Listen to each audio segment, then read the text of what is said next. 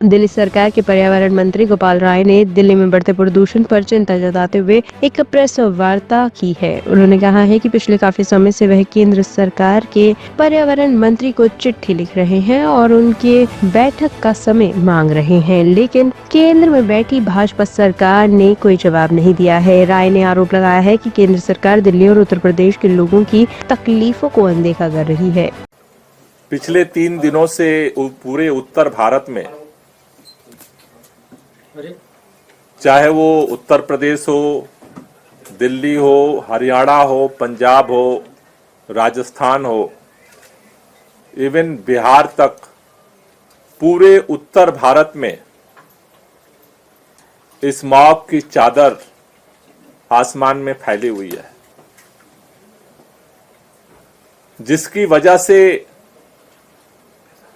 जो प्रदूषण के पार्टिकुलेट मैटर हैं, PM10 और PM2.5, वो वायुमंडल में डिस्पर्स नहीं हो रहे और उसकी वजह से आज उत्तर भारत के लोगों के सांसों पर संकट गहरा हो गया है।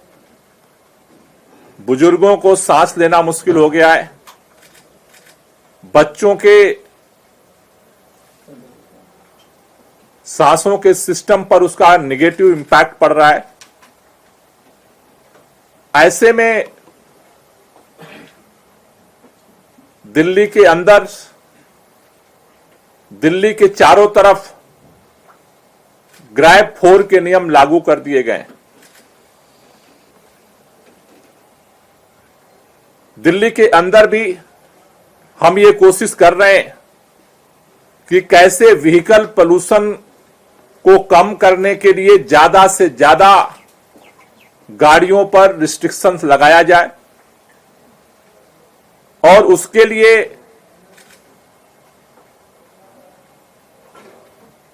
प्राइवेट गाड़ियों से लेकर के ट्रकों तक पर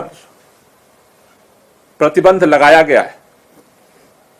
लेकिन हमने कल से तमाम एक्सपर्ट से बात की कि ये जो स्मॉग की चादर जो छाई हुई है, इसको कैसे तोड़ा जा सकता है, इसका क्या इमीडिएट समाधान है। हमें लगता है कि अब वो समय आ गया है कि दिल्ली के अंदर इस स्मॉग की चादर को तोड़ने के लिए, दिल्ली के लोगों को प्रदूषण से मुक्त कराने के लिए आर्टिफिशियल रेन कराई जाए। इसके लिए आज मैं फिर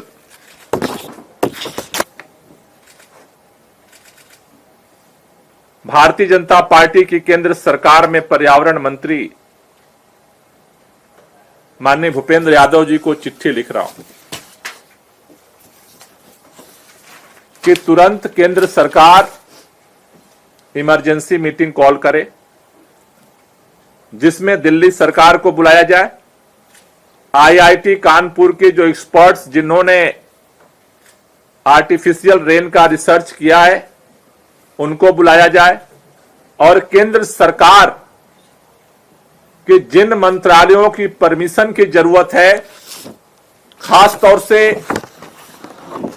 DGCA, MHA और मिनिस्ट्री ऑफ डिफेंस और भी जो कंसर्निंग डिपार्टमेंट्स हैं, उनकी इमरजेंसी मीटिंग कॉल की जाए और इसमें त्वरित गति से दिल्ली के अंदर प्रदूषण को कम करने के लिए जो स्मॉग की चादर छाई हुई है उसे खत्म करने के लिए आर्टिफिशियल रेन के लिए पहल की जाए।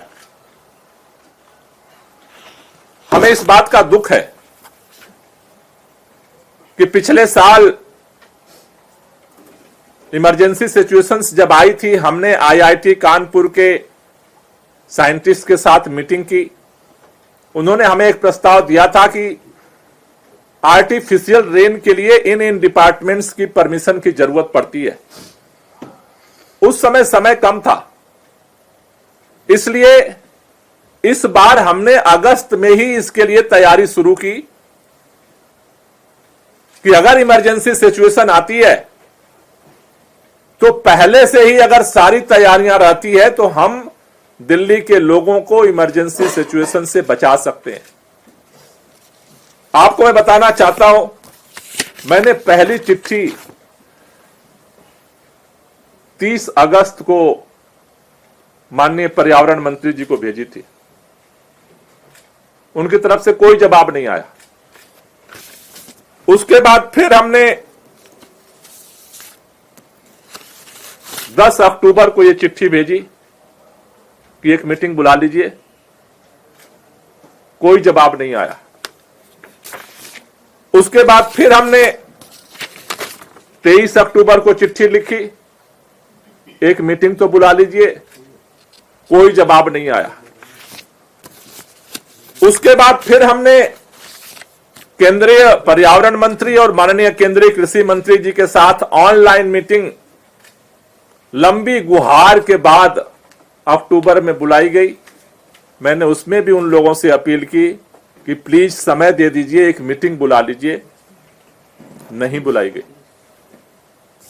आज फिर आप सब जानते हैं कि आज दिल्ली की स्थिति, पूरे उत्तर भारत की स्थिति क्या है, लोगों को किस संकट से गुजरना पड़ रहा है। एक मेडिकल इमरजेंसी की स्थिति पैदा हुई है और उसमें जितने साइंटिस्ट से हमने बात की है कि जो ये लेयर है, ये जो स्मॉग की चादर है, अगर ये जब तक नहीं टूटती है, इसका दो ही उपाय है। या तो इतनी तेज हवा चले कि उस स्मॉग की चादर को तोड़ दे, या फिर दुनिया के अंदर बहुत सारे जगहों पर जो एक्सपेरिमेंट हुआ है कि या तो पानी आर्टिफिशियल रेन के द्वारा उस लेयर को तोड़ा जा सकता है या फिर नेचुरल बारिश हो जाए। टॉप स्टोरी ब्यूरो के लिए दिल्ली से हेमंत कुमार की रिपोर्ट।